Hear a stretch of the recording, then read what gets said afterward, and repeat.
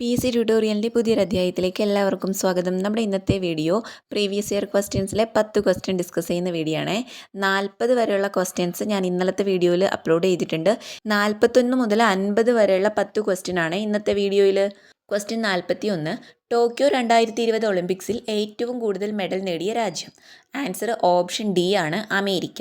2020 നടക്കേണ്ടിയിരുന്ന എത്രാമത്തെ ഒളിമ്പിക്സ് ആണ് 2021 മാറ്റിവെച്ചത്? 32ാമത്തെ. 2020 Tokyo Olympics നടന്നത് 2021 ജൂലൈ 23 മുതൽ 2021 ഓഗസ്റ്റ് 8 വരെ. ടോക്കിയോ ഒളിമ്പിക്സിന്റെ ദീപശിഖ പ്രയാണം ആരംഭിച്ചത് എവിടെ നിന്നാണ്? ഫുക്കുഷിമ, ജപ്പാനിലെ ഫുക്കുഷിമയിൽ നിന്നാണ്.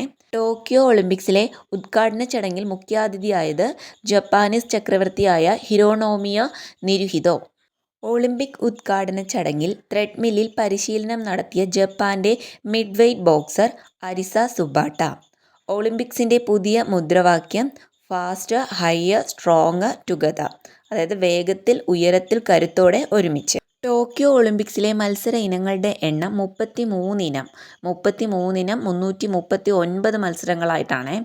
339 മത്സരങ്ങളിലെ മെഡലുകൾക്കായി 11,000-ലധികം കായിക താരങ്ങളാണ് ഒളിമ്പിക്സിൽ പങ്കെടുത്തത്. നീലയും വെള്ളയും നിറങ്ങൾ കലർന്ന മിറൈറ്റോവയാണ് ടോക്കിയോ ഒളിമ്പിക്സിന്റെ ചിഹ്നം.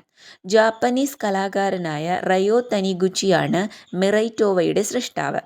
ടോക്കിയോ ഒളിമ്പിക്സിൽ ഒളിമ്പിക് ദീപം തെളിയിച്ച കായിക താരം നവോമി ഒസാക്ക.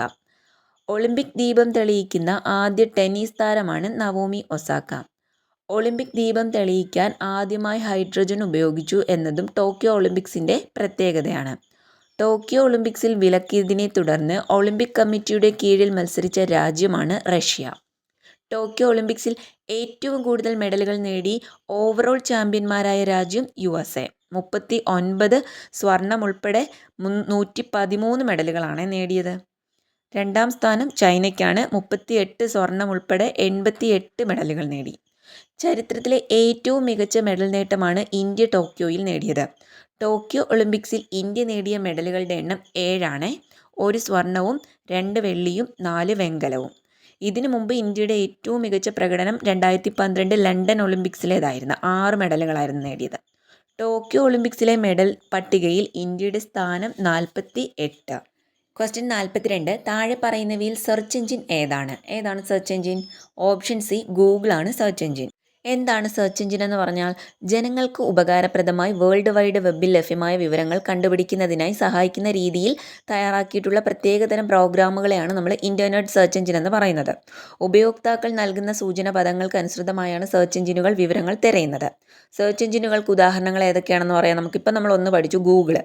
പിന്നെ ഏതൊക്കെയുണ്ട്? Yahoo, AltaVista, Bing, AOL, Baidu, Yandex, Duck, ask.com, Naver, Ecosia, Internet Archive. ഇതൊക്കെ എന്താണ്? ഒരു സെർച്ച് എഞ്ചിന് ഉദാഹരണങ്ങളാണ്. ലോകത്തിലെ ആദ്യ സെർച്ച് എഞ്ചിൻ ഏതാണ്?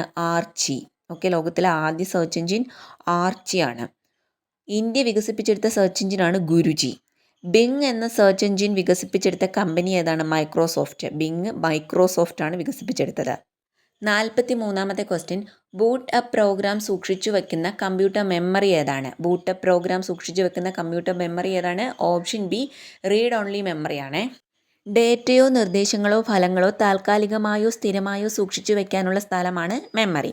മെമ്മറിയെ നമുക്ക് രണ്ടായിട്ട് തരംതിരിക്കാം. പ്രാഥമിക മെമ്മറി എന്നും ദ്വിതീയ മെമ്മറി എന്നും. മദർ ബോർഡിൽ സ്ഥിതി ചെയ്യുന്നതും പ്രോസസ്സറുമായി നേരിട്ട് ബന്ധപ്പെടുന്നതുമായ മെമ്മറിയാണ് പ്രാഥമിക മെമ്മറി. സ്ഥിരമായി വിവരങ്ങൾ സൂക്ഷിക്കാൻ ഉപയോഗിക്കുന്നതും പ്രോസസ്സറുമായി പ്രാഥമിക മെമ്മറിയിലൂടെ മാത്രം വിവരങ്ങൾ കൈമാറുന്നതുമായ മെമ്മറിയാണ് ദ്വിതീയ മെമ്മറി. 3 തരത്തിലുള്ള പ്രാഥമിക മെമ്മറികളാണുള്ളത്. RAM, ROM, cache memory. അതിൽ റാം എന്ന് പറഞ്ഞാൽ എന്താണ്? റാൻഡം ആക്സസ് മെമ്മറിയാണ്. മൈക്രോ പ്രോസസ്സിന് ഡേറ്റ സംഭരിക്കാനും തിരിച്ചയക്കാനും സാധിക്കുന്ന തരം മെമ്മറിയാണ് നമ്മൾ റാം അല്ലെങ്കിൽ റാൻഡം ആക്സസ് മെമ്മറി എന്ന് പറയുന്നത്. ഈ റാം കണ്ടെത്തിയത് ആരാണ്? റോബർട്ട് ഡെന്നാർഡാണ്. റാമിനുള്ളിൽ ഡേറ്റ എവിടെ നിന്ന് വേണമെങ്കിലും ശേഖരിക്കാനും തിരിച്ചെടുക്കാനും സാധിക്കും. CPU പ്രോസസ്സ് ചെയ്യുന്ന ഡേറ്റയോ നിർദ്ദേശങ്ങളോ റാമിനുള്ളിൽ നിർബന്ധമായും ഉണ്ടായിരിക്കണം. റാം ഒരു അസ്ഥിര മെമ്മറിയാണ്. എന്ന് വെച്ചാൽ വൈദ്യുത ബന്ധം നിലയ്ക്കുമ്പോൾ റാമിനുള്ളിൽ അടങ്ങിയിരിക്കുന്നതെല്ലാം നഷ്ടപ്പെടുന്നു. റാമിൽ നിന്ന് ഹാൻഡ് ഡിസ്കിലേക്ക് വിവരങ്ങൾ പകർത്തുന്ന പ്രക്രിയയാണ് സേവിങ്സ് എന്ന് പറയും. Saving okay. Read and write memory എന്നറിയപ്പെടുന്നത് റാമാണ്. റാം പ്രധാനമായും 2 തരത്തിലുണ്ട്. എന്തൊക്കെയാണ്? സ്റ്റാറ്റിക് റാമും ഡൈനാമിക് റാമും. പവർ ഉള്ളിടത്തോളം സമയം സംഭരിച്ചു വച്ചിരിക്കുന്ന വിവരങ്ങൾ നിലനിർത്താൻ കഴിവുള്ള സർക്യൂട്ടുകൾ അടങ്ങിയിരിക്കുന്ന തരം റാമാണ് സ്റ്റാറ്റിക് റാം. എസ് റാം എന്ന് പറയും. പവർ നഷ്ടമാകുമ്പോൾ സംഭരിച്ചിരിക്കുന്ന വിവരങ്ങൾ നഷ്ടമാകുകയും തുടർന്ന് പുതുക്കിയെടുക്കേണ്ടതുമായിട്ടുള്ള റാമിനെയാണ് നമ്മൾ ഡൈനാമിക് റാം എന്ന് പറയുന്നത്. ഒരു കമ്പ്യൂട്ടർ പ്രവർത്തിച്ചു കൊണ്ടിരിക്കുമ്പോൾ അതിലെ റാമിലുണ്ടായിരിക്കുന്നവ എന്തൊക്കെയായിരിക്കും? ഓപ്പറേറ്റിംഗ് സിസ്റ്റം, നിലവിൽ ഉപയോഗിച്ചു കൊണ്ടിരിക്കുന്ന ആപ്ലിക്കേഷൻ സോഫ്റ്റ്വെയറുകൾ, പിന്നെ എന്തൊക്കെയാണ്? പ്രോസസ്സ് ചെയ്തുകൊണ്ടിരിക്കുന്ന ഡാറ്റ. ഇനി റാം എന്താണെന്ന് നമ്മൾ നോക്കി. അതുപോലെ റോം എന്താണെന്ന് നോക്കാം. റോം എന്ന് പറയുമ്പോൾ റീഡ് ഓൺലി മെമ്മറിയാണ്. റോം എന്നത് സ്ഥിരമായിട്ടുള്ളൊരു മെമ്മറിയാണ്. ഇതിൽ നിന്ന് ഡാറ്റ വീണ്ടെടുക്കുവാൻ മാത്രമേ കഴിയൂ. ഇതിൻ്റെ ഉള്ളടക്കം എളുപ്പത്തിൽ മാറ്റാൻ സാധിക്കില്ല. വൈദ്യുതി ബന്ധം നിലച്ചാലും ഇതിലെ ഉള്ളടക്കം മാഞ്ഞു പോകാതെ നിലനിൽക്കുന്നു. ബയോസ് എന്ന പേരിൽ അറിയപ്പെടുന്ന ഒരു പ്രത്യേക ബൂട്ട് ആപ്പ് പ്രോഗ്രാം റോമിൽ അടങ്ങിയിരിക്കുന്നു.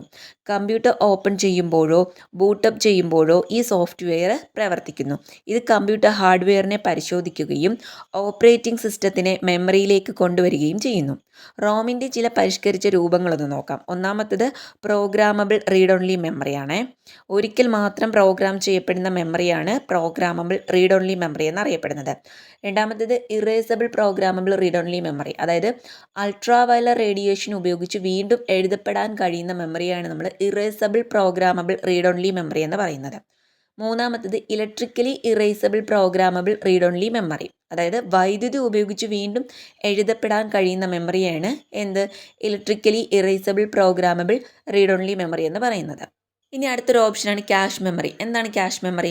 പ്രോസസ്സറിൻ്റെയും റാമിൻ്റെയും ഇടയ്ക്കുള്ള ചെറുതും വേഗതയേറിയതുമായ മെമ്മറിയാണ് ക്യാഷ് മെമ്മറി.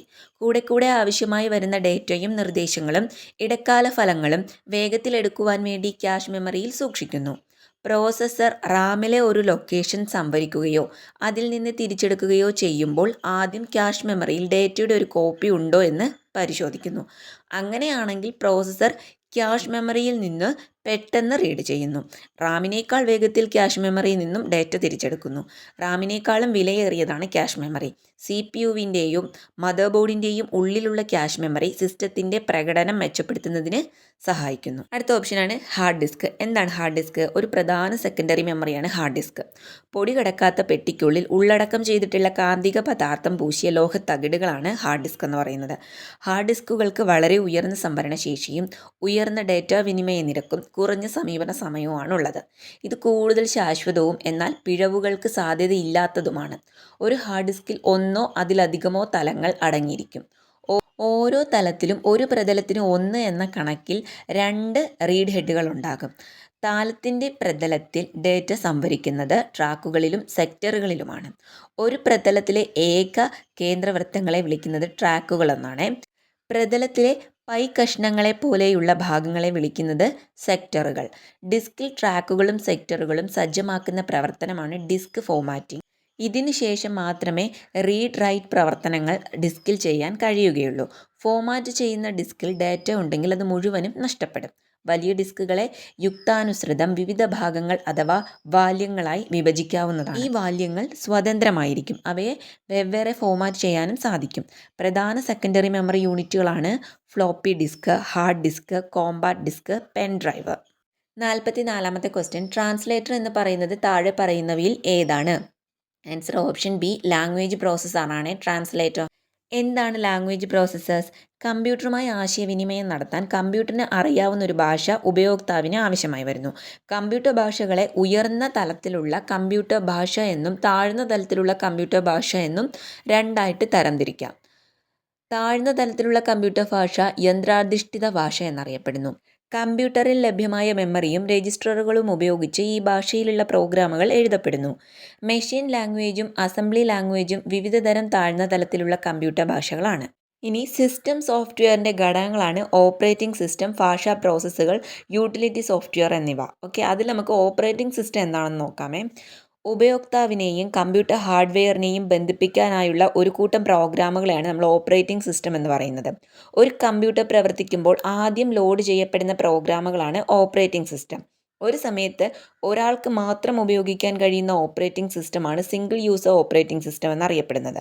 ഒരേ സമയം ഒന്നിലധികം പേർക്ക് ഉപയോഗിക്കാൻ കഴിയുന്ന ഓപ്പറേറ്റിംഗ് സിസ്റ്റമാണ് മൾട്ടി യൂസർ ഓപ്പറേറ്റിംഗ് സിസ്റ്റം. ഒന്നിൽ കൂടുതൽ പ്രോഗ്രാമുകൾ ഒരു നിശ്ചിത ഇടവേളകളിലായി റൺ ചെയ്യിപ്പിക്കാൻ കഴിവുള്ള ഓപ്പറേറ്റിംഗ് സിസ്റ്റമാണ് ടൈം ഷെയറിംഗ് ഓപ്പറേറ്റിംഗ് സിസ്റ്റം.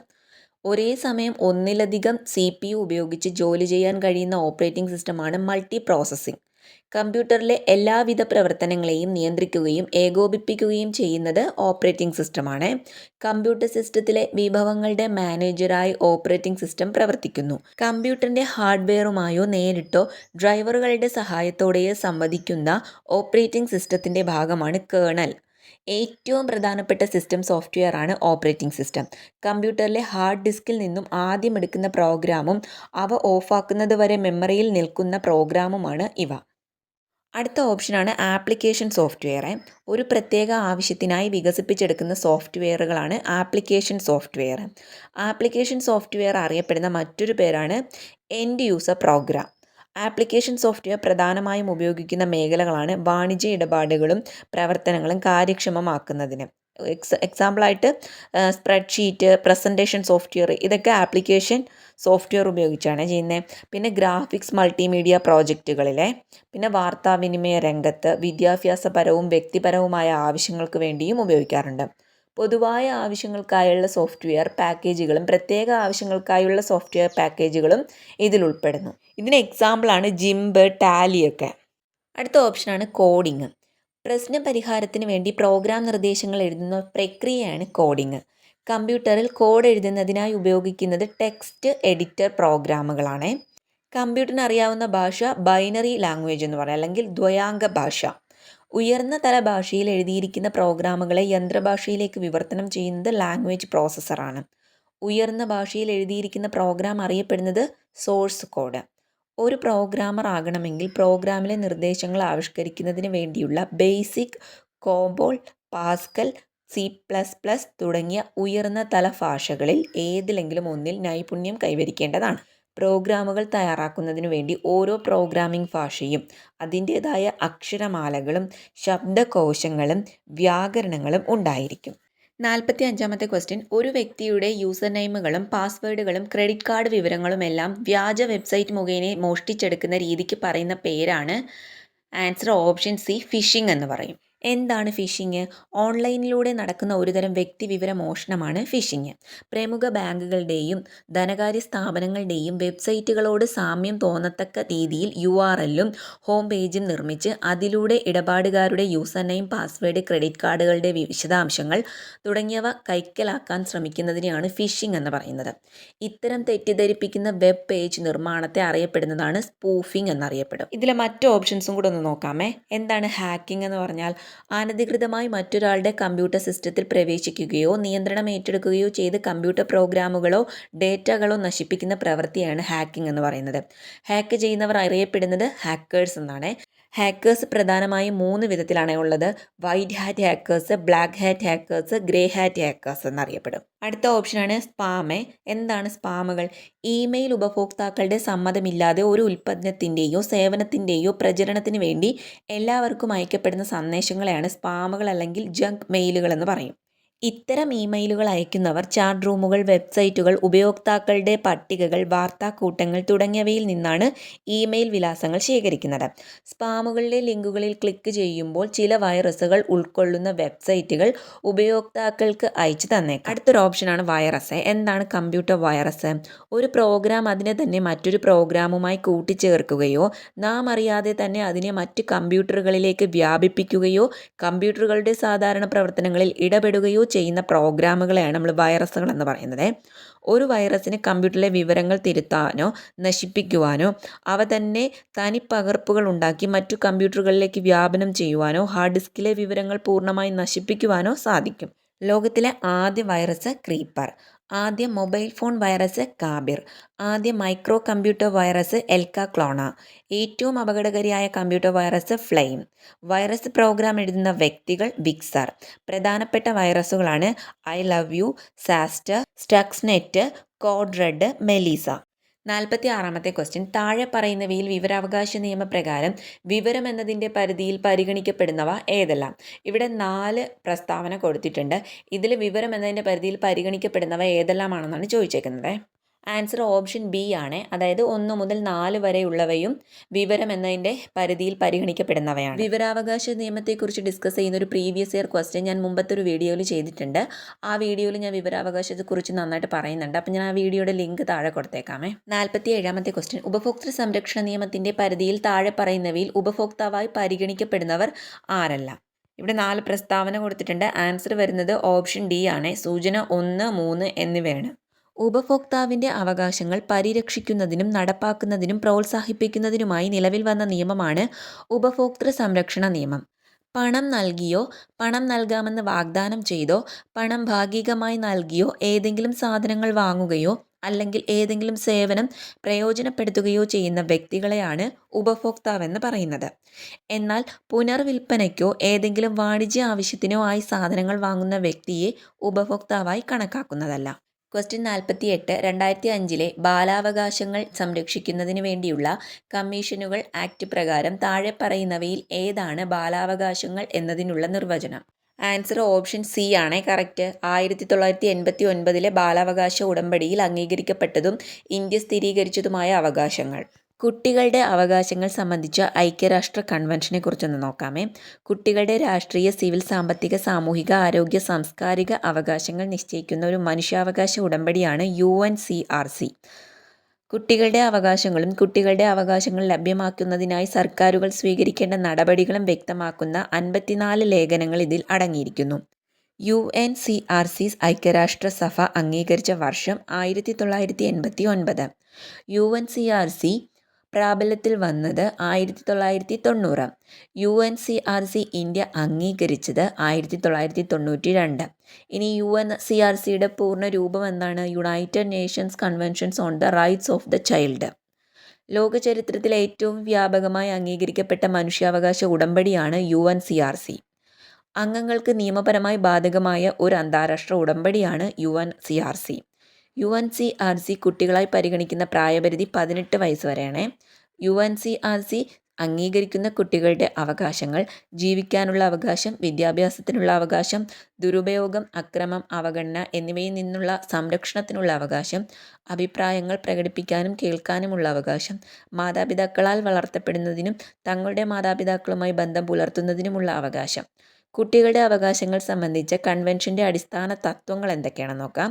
വിവേചനരഹിതമായ പ്രവർത്തനങ്ങൾ, അതിജീവനത്തിനും വികസനത്തിനും ജീവിക്കാനുമുള്ള അവകാശം, കുട്ടിയുടെ താൽപ്പര്യങ്ങളുടെ സംരക്ഷണം, കുട്ടിയുടെ കാഴ്ചപ്പാടുകളോടുള്ള ബഹുമാനം. 49-ാമത്തെ ക്വസ്റ്റ്യൻ. ഗാർഹിക പീഡന നിരോധന നിയമത്തിൻ്റെ അടിസ്ഥാനത്തിൽ ഗാർഹിക പീഡനത്തിൻ്റെ പരിധിയിൽ വരാത്തത് താഴെ പറയുന്നതിൽ ഏതാണെന്നാണ് ചോദിച്ചേക്കുന്നത്.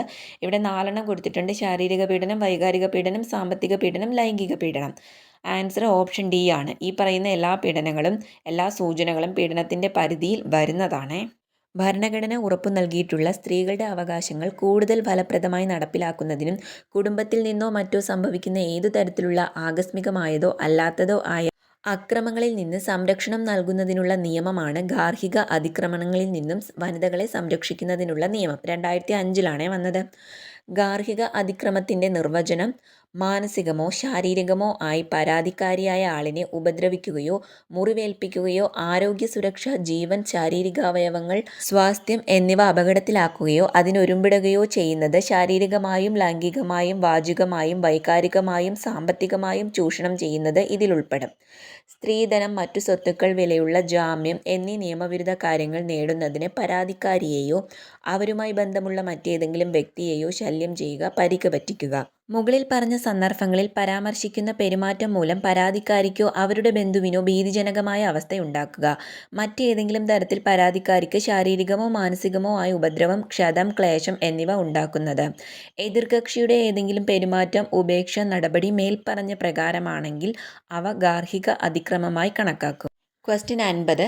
2019 മനുഷ്യാവകാശ സംരക്ഷണ ഭേദഗതി നിയമത്തിലൂടെ ദേശീയ മനുഷ്യാവകാശ കമ്മീഷനിൽ പ്രാതിനിധ്യം കൊടുത്തത് താഴെ പറയുന്നവയിൽ ആർക്കാണ്? ആൻസർ വരുന്നത് ഓപ്ഷൻ എ ആണ്. ദേശീയ ബാലാവകാശ കമ്മീഷൻ ചെയർപേഴ്സൺ. ദേശീയ മനുഷ്യാവകാശ കമ്മീഷനിലെ അംഗങ്ങളുടെ എണ്ണം ഒരു ചെയർപേഴ്സണും 5 സ്ഥിരാംഗങ്ങളുമാണ്. അതായത് ചെയർപേഴ്സൺ ഉൾപ്പെടെ 6 പേരാണ്.